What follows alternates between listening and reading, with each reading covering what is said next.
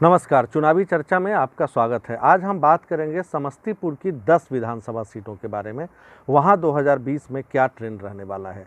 10 विधानसभा seat Samastipur में कल्याणपुर, वारिसनगर, समस्तीपुर, रोसड़ा, उजियारपुर, मोरवा, सरायरंजन, मोहिउद्दीन नगर, विभूतिपुर और हसनपुर।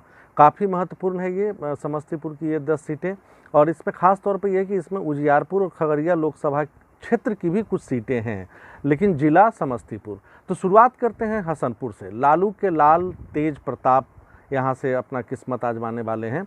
ये खगड़िया लोकसभा क्षेत्र का हिस्सा है और यहाँ से गजेंद्र प्रसाद हिमांशु पहली बार 1967 में संयुक्त सोशलिस्ट पार्टी से विधायक बने थे।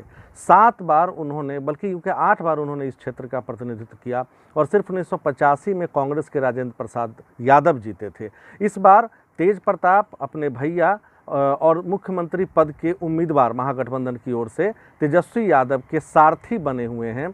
लेकिन यहाँ उनकी टक्कर होगी खुद उन ऐश्वर्या राय से, जो उनकी पत्नी रहीं और अब उन दोनों के बीच तलाक का मुकदमा चल रहा है। 2000 के विधानसभा चुनाव में जेडीयू के टिकट पर यहाँ से गजेंद्र जी जीते थे। ये लालू का गढ़ माना जाता है। 2005 के नीतीश लहर में आरजेडी के सुनील कुमार पुष्पम ने जीत हासिल की, लेकिन 2010 और 15 में जेडीयू के राजकुमार राय ने जीत हासिल की। पिछली विधानसभा में राय ने 30,000 मतों से ये जीत हासिल की थी।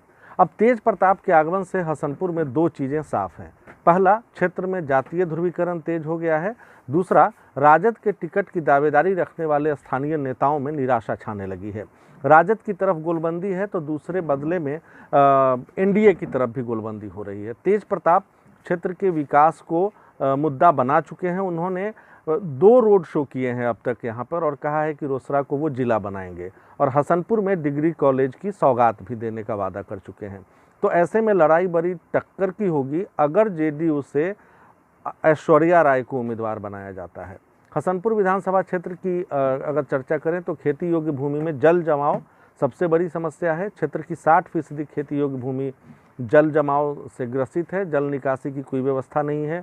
अधिकतर आबादी खेती पर निर्भर है और सड़कें पूरी तरह जर्जर है। एक भी डिग्री कॉलेज नहीं होने से यहाँ लड़कियों की पढ़ाई खास तौर पर उसमें परेशानी होती है और उन्हें डिग्री स्तर की शिक्षा ग्रहण करने के लिए बाहर जाना पड़ता है।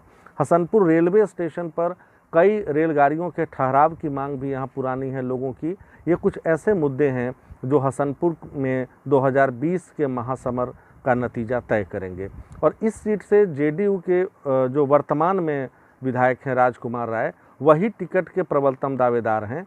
लेकिन अगर ऐश्वर्या राय लड़ती हैं तो शायद जेडीयू जो टॉप ब्रास है वो इसके फेवर में फैसला कर सकता है।